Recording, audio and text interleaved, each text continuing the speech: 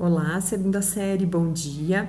Vamos para a nossa aula de hoje, tá? Hoje vamos iniciar um outro conteúdo da apostila, lá na página 46, tá? Páginas 46 e 47, e nós vamos falar sobre entropia e processos irreversíveis.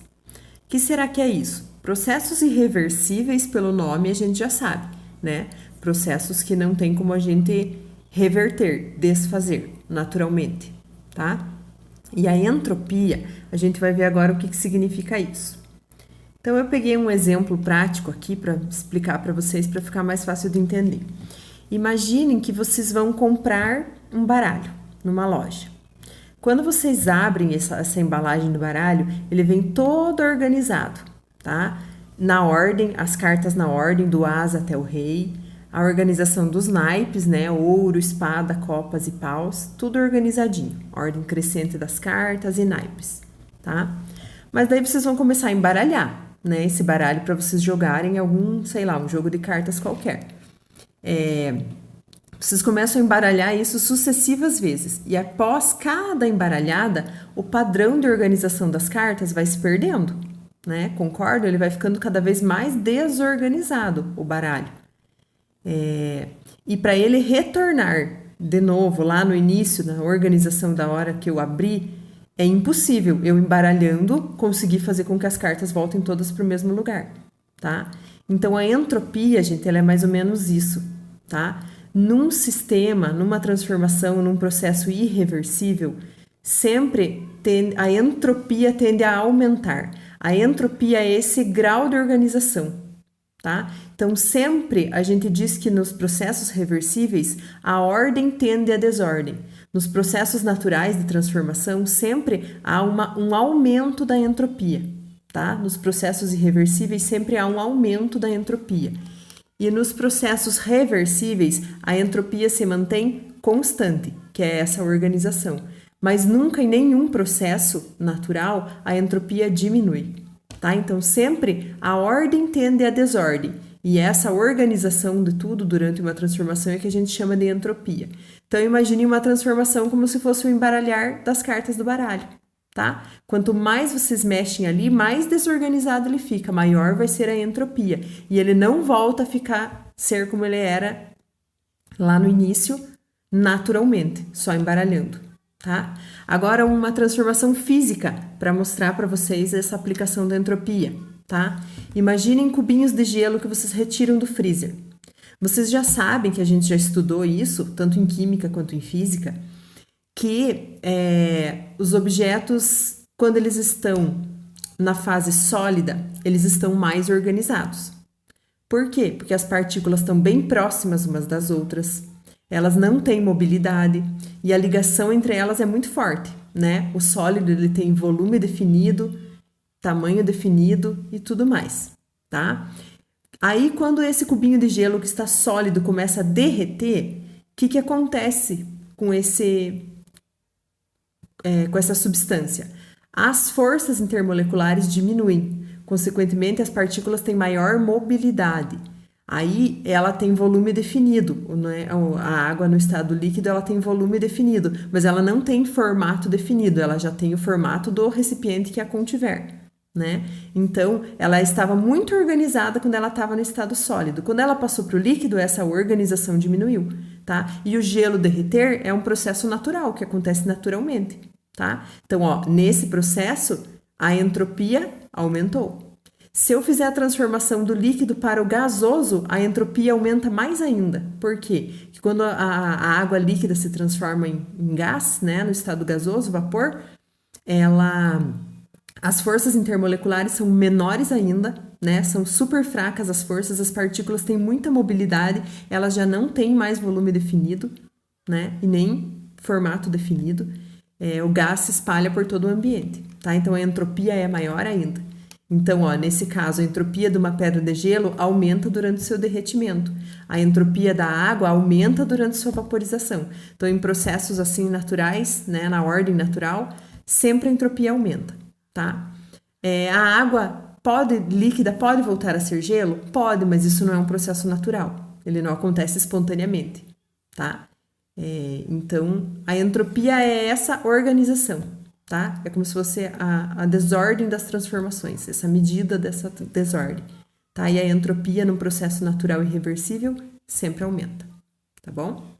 Aí eu tenho aqui para vocês uma formulazinha da entropia, tá? A fórmula da entropia, esse ΔS é a variação da entropia, tá? E a gente pode calcular fazendo variação do calor divididos por temperatura, tá bom? Então, se precisar, vocês vão ver lá para frente nos exercícios, a gente vai utilizar essa formulazinha. Então, variação do calor divididos por temperatura, tá? Agora, aqui, então, é o enunciado, né? Ali da entropia dos processos irreversíveis, ó. É impossível que o calor passe arbitrariamente de um corpo de temperatura menor para outro de temperatura maior, sem que algum trabalho forçado seja realizado. Então, lembram lá que o quente, o calor, ele sempre flui do corpo de maior temperatura para o de menor, tá? Esse é o processo natural. E é impossível ele sair do corpo frio para passar para o corpo quente, a não ser, como diz ali, que tenha um trabalho forçado, uma máquina, um aparelho, alguma coisa. Espontaneamente é impossível, tá? Então, daí a gente tem aqui as imagens, ó. O calor, né, fluindo do corpo A, que está mais quente, para o corpo B, naturalmente, né? Então, esse é o processo natural. E daí ali o corpo fluindo do B, que tem temperatura menor para o A, é um processo que não é natural, só se ele for forçado, ele não é espontâneo, tá? Então, nos processos irreversíveis, o calor sempre passa dos corpos mais quentes para os corpos mais frios. A gente já tinha estudado isso, tá? E agora, ainda falando disso, falando de entropia e processos irreversíveis, transferência de calor e tudo mais, a gente vai entrar no enunciado da segunda lei da termodinâmica, tá? Então, o que vem a ser a segunda lei da termodinâmica, gente? A segunda lei da termodinâmica, ela diz que isso aí, que é impossível o calor passar de um corpo mais frio para um corpo mais quente. E daí surgem duas condições, tá? Que é impossível desenvolver uma máquina térmica termodinâmica que retire calor de uma fonte e transforme esse calor integralmente em trabalho. O que significa isso? A fonte quente, ela vai me fornecer energia, tá? Eu pego parte dessa energia e vou transformar em trabalho. O trabalho é energia útil, tá? O que eu utilizo, no que a minha máquina térmica vai utilizar para trabalhar. E o que sobra eu rejeito para a fonte fria, tá? Então, é impossível existir uma máquina térmica que retire calor da fonte quente e converta 100% desse calor em trabalho. Seria uma máquina com rendimento 100%, né? Se eu tivesse uma máquina que conseguisse converter 100% da energia, seria uma máquina com rendimento 100%. É impossível, não existe na natureza e nem criada pelos homens nenhuma máquina com rendimento 100%. Tá? Então, essa é a primeira condição da segunda lei da termodinâmica. Então, não existe máquina com rendimento 100%. Sempre uma parte da energia vai ser perdida, tá? E a condição 2 é da máquina frigorífica, no caso, tá? É impossível desenvolver uma máquina termodinâmica que retire calor da fonte fria e envie para a fonte quente. Vocês vão falar, ué, mas a geladeira não faz isso? O freezer faz, mas não é natural. Eles estão ligados num motor que faz esse processo funcionar, tá? Naturalmente, isso é impossível. Então, lá do enunciado da segunda lei da termodinâmica, que diz que é impossível passar calor do corpo de menor temperatura para o de maior, né? O calor sempre flui do mais quente para o mais frio. A gente tira duas conclusões. Então, a condição 1 é que não existem máquinas térmicas com rendimento 100%. E a condição 2 é que não existem máquinas que retirem calor da fonte fria e transfiram para a fonte quente espontaneamente, só se for um trabalho forçado, tá? Então, essa é a explicação da nossa aula de hoje, tá? Entropia, transformações irreversíveis e segunda lei da termodinâmica, tá? Muito mais teoria, né? Claro, se aparecer o cálculo, vocês vão utilizar aquela formulazinha que eu mostrei, né? ΔS, que é a variação de entropia, é igual à variação do calor divididos por temperatura.